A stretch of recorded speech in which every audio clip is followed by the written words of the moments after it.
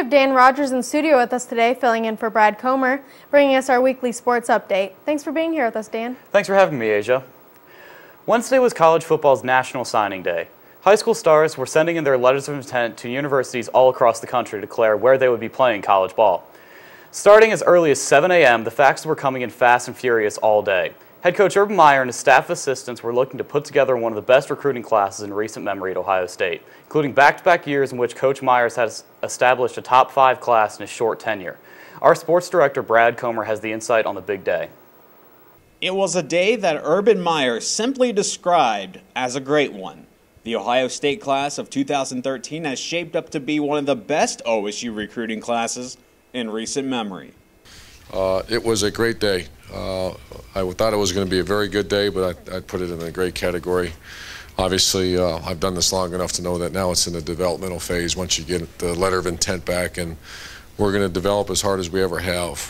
The Buckeyes have historically recruited the majority of their players in the state of Ohio. However, this year's class features 14 players out of state, the vast majority being from SEC country. We would rather not be so much national. I do want to cherry pick and tech from now on. We have a presence in Texas. Cam Haywood and Roby really helped us. You know, once you get a couple, you start getting more. They really helped us in Georgia. Our Ohio State has history in Florida. My background's in Florida, so we got a couple players out of there.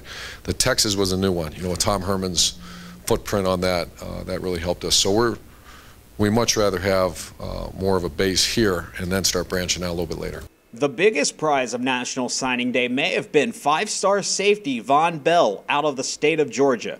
It seemed that Tennessee was the favorite to land the blue chipper, but Bell decided that Columbus was going to be his new home. If we hit 1 out of 3, it'd be all right. 2 out of 3 would be a good day. 3 out of 3 was going to be a knock it out of the park, and we hit that when Von Bell called me 2 minutes before he walked on the stage or whatever he's doing and said, you know I'm in. That's what he said. You know I'm in, right? I said, no, I didn't know you're in. Congratulations. According to both Scout.com and Rivals.com, OSU's class of 2013 is considered to be the top-ranked class of the entire nation.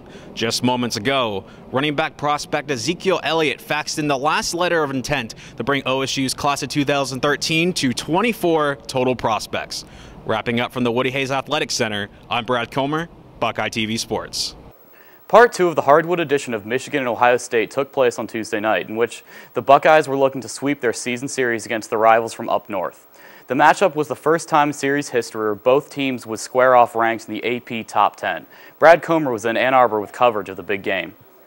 In the first regular season Top 10 matchup in series history, both Ohio State and Michigan arguably played their best games of the season. After battling back and forth in regulation and later in overtime, the Wolverines walked away the victors by a score of 76-74. Aaron Kraft's dish to the lane in closing seconds was the controversial story. Many think he was fouled. Yeah, I don't know if I can pinpoint one thing specifically. I thought we had movement. We were screening. They were blitzing the ball screen, and we were extra passing it, and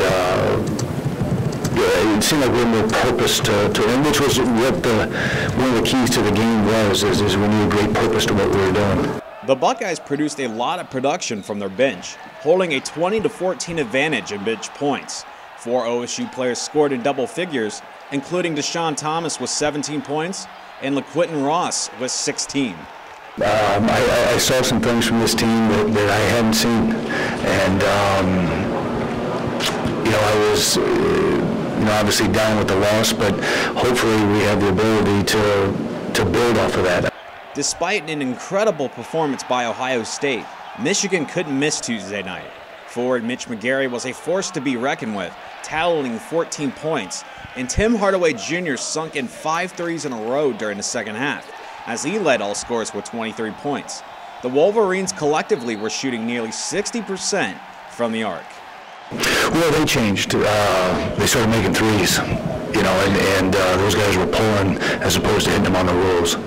Ohio State's test against top 5 teams isn't over just yet. Up next for the Buckeyes is current #1 ranked Indiana this Sunday at Value City Arena. For those who forgot, this was a current Hoosier team that successfully took down the Wolverines this past Saturday. From Chrysler Arena, I'm Brad Comer, Buckeye TV Sports. That's all we have this week for Buckeye News Now Sports. Let's toss it over to this week's weather update with John Banghoff. Thanks, Dan. As we take a look at our Buckeye TV radar, a clean sweep of the state of Ohio and, in fact, most of the surrounding states as well. And that's all thanks to this high-pressure system off to our south that's bringing us some clear skies. As we take a look at the Buckeye TV surface map, this low-pressure system up in the Dakotas is going to move off to the south and east tomorrow into Friday, bringing us the chance for some rain Thursday night. This low-pressure system here in Texas is going to move off to the north and east. These two low-pressure systems are going to combine, thankfully, off to our east, dumping as much as a foot of snow in Maine this weekend. So thankfully, we're not going to experience any of that, but just some rain to speak of that we'll talk about here shortly. Now, looking farther into the future, we have this high-pressure system in the Rockies. It's going to move through and dominate our weather for this weekend. Things are going to be milder, temperature-wise, and pretty calm. Currently, the temperature outside is about 31 degrees under partly cloudy skies. Feels a little bit warmer with the sunshine. We have some winds out of the north at about 8 miles an hour, keeping the temperatures a little bit cool, but that sunshine, again, makes it feel a little warmer. Tonight, the low drops down to only 24 degrees. It's going to be very chilly. With no cloud cover, the temperatures are going to continue to plummet through the night. But for your day on Thursday, we have some warmth ahead. 45 degrees, the mid-40s is much warmer than it's been. That's all thanks to these southeasterly winds, bringing up some warmer air from our south. Tomorrow night, I expect a system to come through bringing some rain out ahead of a cold front. The rain amounts are going to be between 1/10 and 1/4 of an inch of rain or so, but not a whole lot to worry about, still something to plan around for Thursday night into Friday morning. For your day on Friday, the high reaches 36 degrees. We're going to have cloudy skies through the day, so the temperatures aren't going to rise too much. Some morning precipitation, probably a rain, possibly rain-snow mix, depending on how cold it gets tomorrow evening. Now taking a look at the Buckeye TV 7-day forecast. Friday night into Saturday, much cooler, only 25 degrees. For your day on Saturday, I expect some AM clouds in the back end of that system, but a sunny afternoon for Saturday. Sunday and Monday, I expect some milder temperatures to reach the upper 40s. We have a stronger system moving through out ahead of the cold front, bringing some showers on Monday. Monday's not going to be a complete washout, but still something to plan around.